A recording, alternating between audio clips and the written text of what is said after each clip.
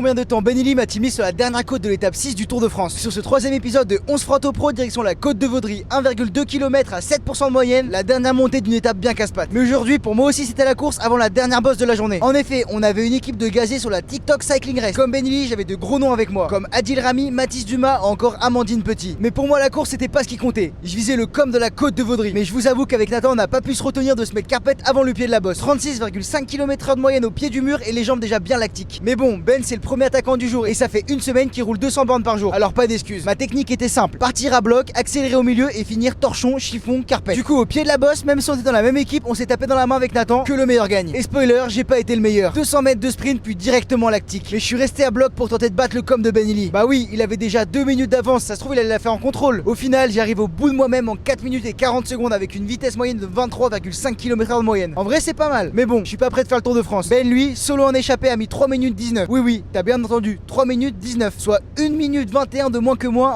en 1,2 km seulement. En vrai les gaziers, c'est déprimant de voir l'écart qu'il y a entre nous et les pros. Mais bon, on en redemande encore, alors rendez-vous demain à Mur de Bretagne pour taper le com de Van Der Poel.